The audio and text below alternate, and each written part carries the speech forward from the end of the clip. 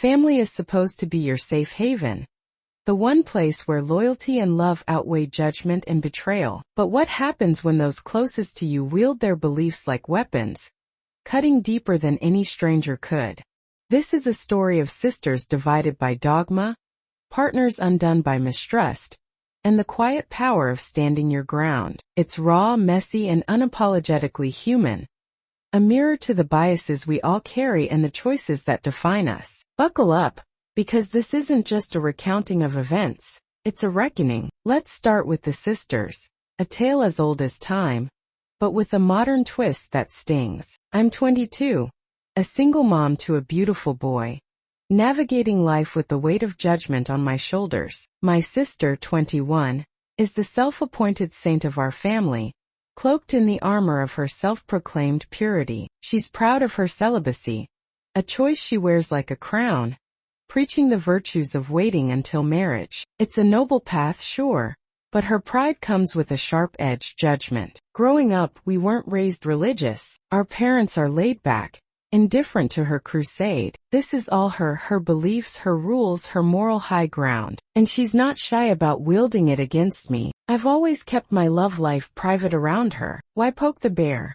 But when I got pregnant, everything changed. My pregnancy wasn't planned, but my son is my world. To my sister, though, it was a scarlet letter, proof of my sins. She didn't just disapprove.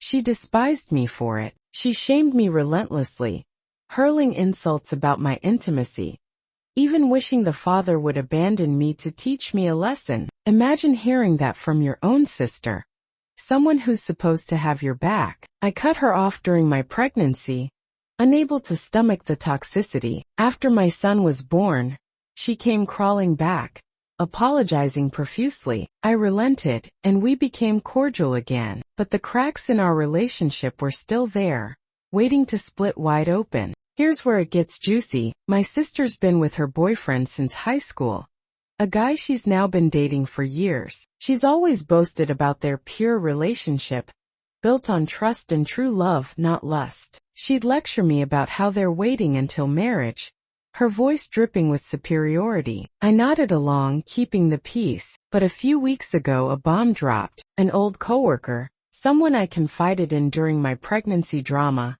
called me with a bombshell.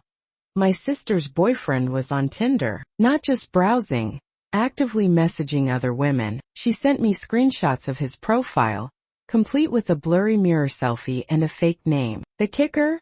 In one message, he bragged that his girlfriend, my sister, knew he was on Tinder to hook up. My coworker, bless her, called him out, saying she knew me. He unmatched her immediately, but not before she'd saved the evidence. The plot thickens. My coworker, without my prompting, messaged my sister about it. My sister's response? She blocked her instantly. No questions, no confrontation, just denial. I held on to this information, waiting for the right moment. That moment came at her recent birthday party, a small gathering in our parents' basement with just family and her boyfriend. No friends, which in hindsight says a lot. As the party wound down, my son woke up, and I brought him downstairs. My little cousin's fawned over him, cooing about how cute he is. Then my sister, with her boyfriend snickering beside her, dropped a grenade. He's so cute. He looks just like his daddy. Wait, which one of the 10 guys is his daddy? The room went silent. My face burned with humiliation. They laughed like it was the funniest thing in the world, mocking my son, my toddler, in front of everyone. I could have let it slide. I could have been the bigger person, but something snapped. I looked her dead in the eye and said, "His name's Trevor. I met him on Tinder. His girlfriend doesn't care that he sleeps with other girls. I think you know him." I smirked at her and her boyfriend, expecting them to squirm. Instead, my sister lost it. She screamed, called me a witch, and told me to get out of her party. I took my son upstairs, heart pounding, and thought that was the end of it. But my little cousins, bless their nosy hearts, took it upon themselves to make a Tinder profile, find the boyfriend's account, and show it to my sister. The basement erupted in shrieks as she kicked everyone out. My parents? They didn't care about her cruel joke. They called me the idiot for stirring the pot. But here's the thing. She disrespected my son. She doesn't get a pass for that. Distance is my only option now. She's in denial, lashing out. And I won't let my child grow up in that toxicity. This isn't just about a petty jab or a family feud. It's about the hypocrisy we all dodge in our lives. My sister's so obsessed with her purity that she's blind to her boyfriend's betrayal. She's built her identity on being better than me, but her moral high ground is crumbling. It's almost poetic.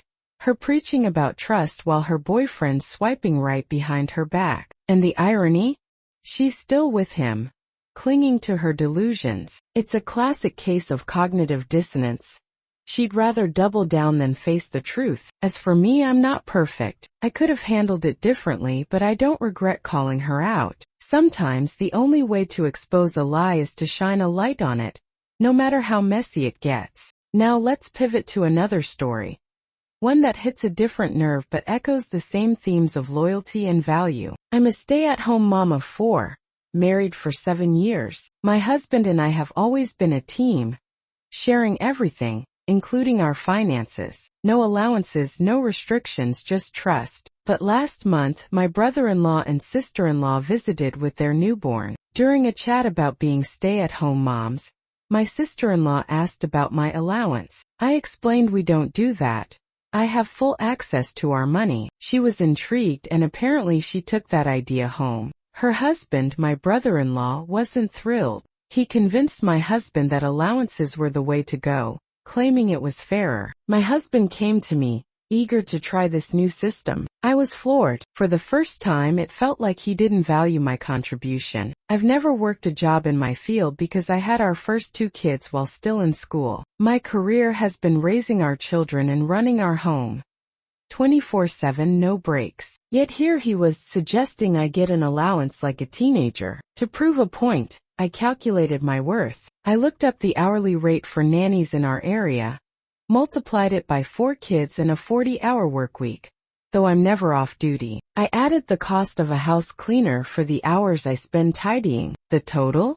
$12,560 a month. I rounded it to $3,000 to cover household costs. My husband's face fell. He knew he'd messed up. But I wasn't done. I went shopping, spent $1,500 on essentials for the kids and a few treats for myself, and showed him the receipts. He got it. He apologized, cooked dinner, and spent the night reassuring me that I'm his equal. My brother-in-law, though? He called me petty and spiteful. Some friends said I went too far. But here's the truth. $1,500 is a bargain compared to the cost of undervaluing your partner. Studies show stay-at-home moms work 96 hours a week, over 2 full-time jobs. Replacing me would cost over $100,000 a year. An allowance? That's not just insulting, it's a power play. This brings us to a subtler betrayal, one that's almost comical in its absurdity. Picture this. I'm hosting dinner for my in-laws, setting the table with care. I fill the glasses with water from a pitcher, then step away to check the stove. My mother-in-law starts topping off the glasses. My teen stepdaughter walks in and says, "Don't use that, that's the dog's water." Cue confusion. To clarify, I use that pitcher to fill the dog's bowl, which sits across the kitchen from the sink. The dog doesn't touch the pitcher. It's just a convenient tool. I explain this thinking it's no big deal. But later, when my husband reaches for the pitcher, my mother-in-law stops him, offended that I'd served dog water at dinner. I get it, optics matter. But logically, there's no difference between that water and any other tap water. It's clean, untouched by the dog. Still, she's convinced I'm trying to poison her with dog germs. Am I missing something? Or is this just a case of perception trumping reality? Finally, let's talk about trust, or the lack of it. I'm in a long-distance relationship, 3 years strong. My girlfriend recently accepted a job in my city and is moving here in 2 months. I trusted her completely until I didn't. During a visit, I noticed she was getting constant notifications from a new coworker on Microsoft Teams. I warned her to be careful.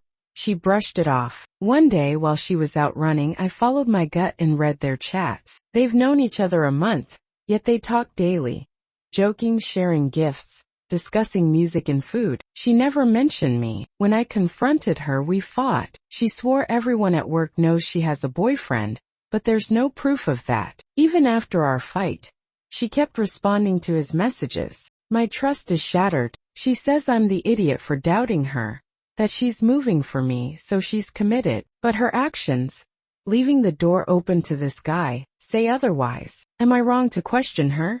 Here's the controversial hook. Maybe we're all idiots. Not in the way you think.